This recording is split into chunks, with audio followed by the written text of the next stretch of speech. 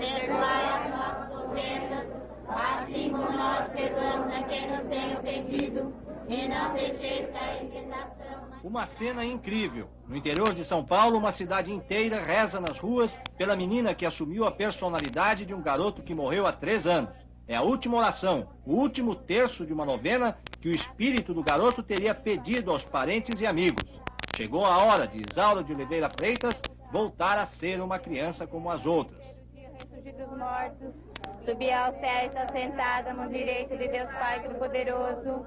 Você viu a história aqui no Fantástico. Isaura, uma menina de 13 anos, morava com os pais e os 3 irmãos nesta casa, na zona rural de Pacaembu, uma pequena cidade a mais de 600 quilômetros de São Paulo. Há 2 meses, ela começou a se queixar de dores de cabeça. Teve uma febre muito forte e, quando se levantou da cama, não falava mais. Escreveu apenas um bilhete aos pais. Dizia: não sou daqui, não conheço vocês. Meu nome é Ailton, quero meus pais verdadeiros. Dona Ilse e seu Rosalvo sabiam de que Ailton ela estava falando. Era Ailton Machado da Silva, um primo distante que tinha morrido afogado exatamente 3 anos antes. Ele morava nesta outra casa, na cidade de São João do Paudalho, bem longe de onde Isaura vivia. Os dois jamais haviam se conhecido, mas agora Isaura dizia ser Ailton. Ela foi viver com os pais dele, passou a usar as roupas do menino, e o mais incrível, o mais difícil de entender é que Isaura reconhecia cada parente, cada amigo de Ailton. E na cidade inteira todo mundo aceitou. Primeiro com surpresa, depois com a maior naturalidade, aquele novo e estranho fato. Ailton tinha voltado, estava vivo novamente, só que agora no corpo de uma menina. Eu tenho mais certeza por causa disso, porque eu cheguei aqui, conversando com a mãe dele e tudo, ele só deu uma olhada para me escrever o meu nome no caderno. Aí pegou e deu um abraço em mim, um abraço que parecia uma pessoa que fazia muitos anos que não se via. Aí depois ele falou que me conhecia, falou o nome da minha mãe, falou onde eu morava, falou tudo. Quando logo que ele chegou, ele marcou meu nome sem ninguém falar pra ele. Reconheceu a senhora? Reconheceu. Ele não falou quem era, mas escreveu. Por que você veio? Por que você voltou? Porque sim, ele falou. Falando sempre assim, com a boca fechada, de um modo muito difícil de se entender, a pessoa que dizia ser Ailton fez apenas uma promessa. Iria embora no último dia de uma novena, rezada por todo o povo da cidade. Nesse dia, Isaura voltaria a ser uma criança comum. A novena terminou. A rua onde moram os pais de Ailton ficou interrompida. A polícia teve de organizar uma fila. Todos queriam ver o menino pela última vez. Mas, apesar da promessa, ele não deixou o corpo de Isaura. Disse apenas que ainda não estava na hora. E muito longe dali, a quase 80 quilômetros, numa humilde casa de lavradores, o pai de Isaura teve medo de que a filha nunca mais voltasse. Ave Maria. E aí a gente, puxa vida, aí a gente fica muito desgostoso da vida, né? Mas a Deus querer, a gente pensa que ela vem bem, né? Sadia, né? Boa, né? O senhor tem rezado esses dias? Puxa vida, só falta rezar toda hora para ver, né? Que Deus ajuda, né? Que Deus ajuda, uai, né? A gente não pode perder a esperança, né?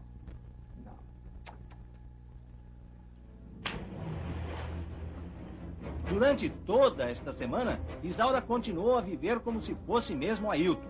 E aconteceram muitas coisas inexplicáveis. Uma delas, Isaura nunca soube nadar, ao contrário de Ailton, que não perdia uma chance de tomar banho nesta piscina, na casa de um vizinho. Agora, Isaura também nadava.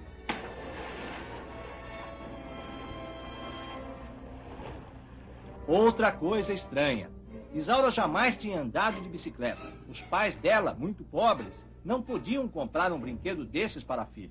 Mas agora, que ela dizia ser Ailton, passeava de bicicleta com a maior segurança, como se sempre tivesse feito isso.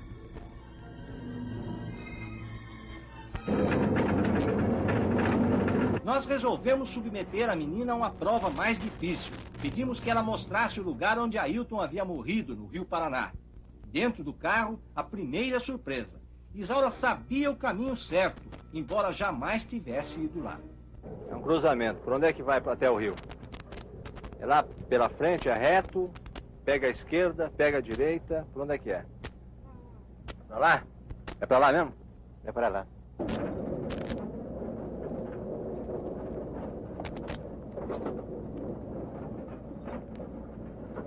Carlos, um menino que estava com Ailton no dia em que ele se afogou, confirmou que o ponto foi exatamente este, perto da cidade de Panorama, na fronteira entre São Paulo e Mato Grosso. E a história coincide perfeitamente com o que Isaura conta.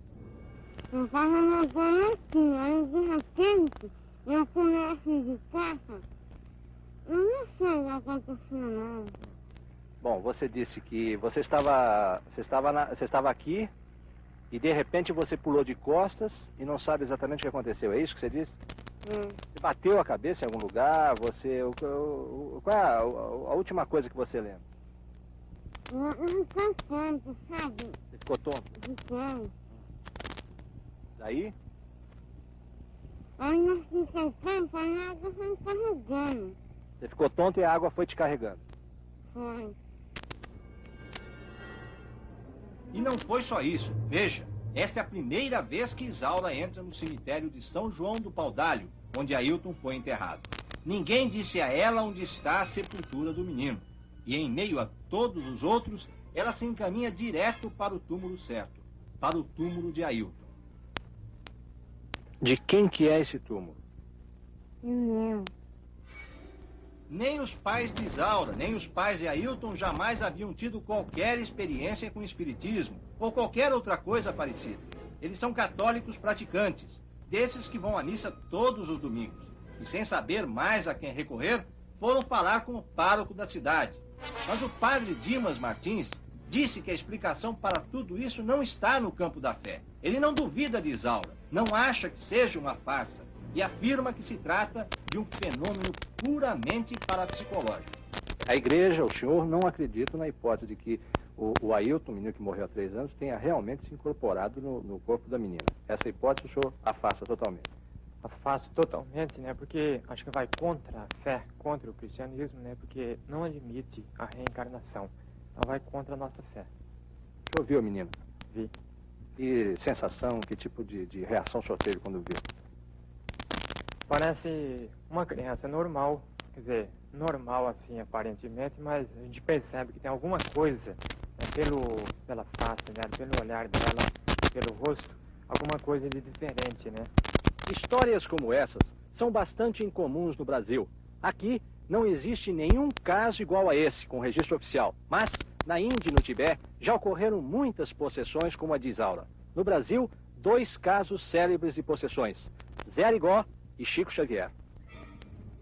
E é exatamente Chico Xavier, o líder espiritual de milhares e milhares de pessoas em todo o Brasil, quem diz que fenômenos desse tipo só tem uma explicação. Para ele, o espírito de Ailton voltou porque ainda tinha alguma missão para cumprir na Terra. Alguma coisa que estava deixando o menino intranquilo numa outra vida. Isso pode apresentar algum perigo, algum contratempo?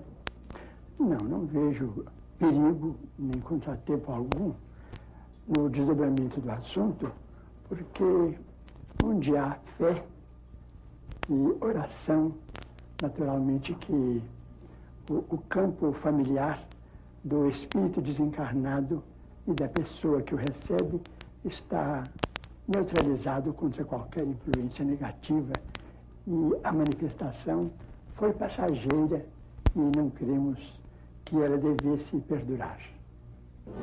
Um dia de muita expectativa para os pais de Ailton e de Isaura. O menino avisa que vai embora esta noite. Pede que não avisem a mais ninguém. Quer que seja uma noite absolutamente normal. Em cima da cama, um vestido novo trazido pela mãe de Isaura. Ninguém da família consegue dormir. É uma noite de vigília na casa inteira.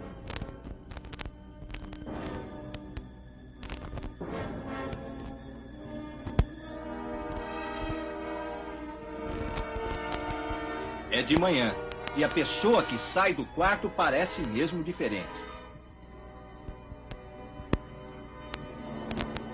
Um ar abatido, cara de quem chorou bastante, e um certo jeito de vergonha, exatamente como de uma menina que descobre, de repente, que está usando roupas de homem.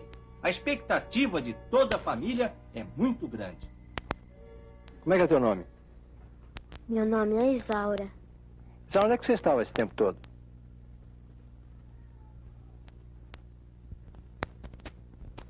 Estava aqui mesmo. Você já tinha me visto antes? Já. Quem é o Ailton? Ailton é meu primo. E onde é que está o Ailton agora? Eu não sei. E onde é que ele estava antes? Eu também não sei. Isaura pede ajuda à mãe para trocar de roupa, para colocar o vestido.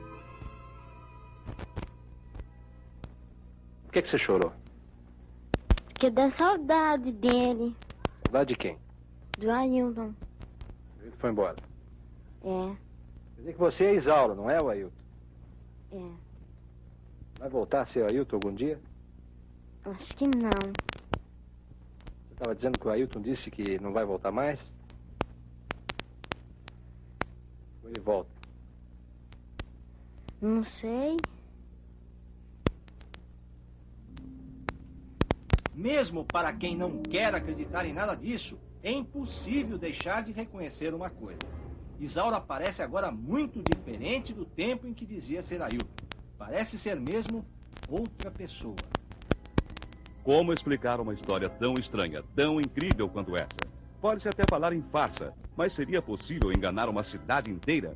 Os espíritas asseguram que se trata de reencarnação. Os católicos não aceitam isso. E o Dr. Eduardo Mascarenhas, um psiquiatra e psicanalista conhecido e respeitado no Brasil inteiro, diz que é difícil até para a ciência explicar um caso assim.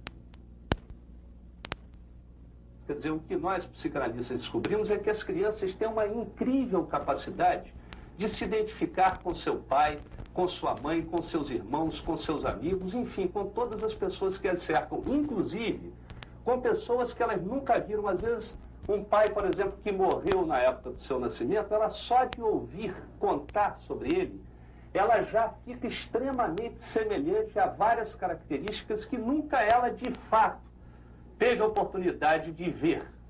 Isso é um fenômeno extremamente comum. Dada uma determinada personalidade, a gente saca como é que é o futuro de uma pessoa e pode ir fazendo coisas muito semelhantes a que essas pessoas iriam fazer nas suas próprias vidas. Nesse sentido, a psicanálise é capaz de explicar alguns dos fenômenos que cercam o caso dessa menina. Mas veja bem, essa menina não sabia nadar. Quando ela se transformou em menino, aprendeu a nadar. De um dia para o outro. Aprendeu a andar de bicicleta. A menina não sabia andar de bicicleta. Ela reconheceu uma cidade toda. Ela descobriu o caminho do rio onde o menino havia se afogado, sem ter antes passado por lá. Ela foi ao cemitério e descobriu a sepultura. Para isso tudo, a psicanálise tem explicação? Olha, para algumas dessas coisas a psicanálise poderia explicar. Por exemplo, o ato de nadar, o ato de andar de bicicleta, eles são quase que atos instintivos e naturais. Nós só não conseguimos nadar e andar de bicicleta porque nós ficamos com medo. O medo nos torna tensos e nós perdemos a espontaneidade dos nossos movimentos. Caso contrário, nós naturalmente nadaríamos. Como ela está identificada com ele, não é o eu dela que está em cena, ela pode não viver o medo e assim ter a descontração necessária para poder nadar e andar de bicicleta. Agora, que as pessoas da cidade a reconheçam também é bastante razoável. Quer dizer, reconheçam o menino nela, dada a semelhança com que ela ficou com aquele próprio menino. Agora, que ela reconheça as pessoas da cidade, isso eu acho que já ultrapassa o âmbito da psicanálise. Eu acho que a psicanálise não seria capaz de explicar isso. Agora, parodiando o que o Shakespeare já dizia, existe mais coisas entre o céu e a terra do que é capaz de explicar a nossa vã psicanálise. Quer dizer, o fantástico, o misterioso de hoje, pode ser o plenamente científico de amanhã. Isso daí não contraria o espírito da ciência. E na sua opinião, o fantástico e incrível caso da menina Isaura ainda não é o explicável cientificamente?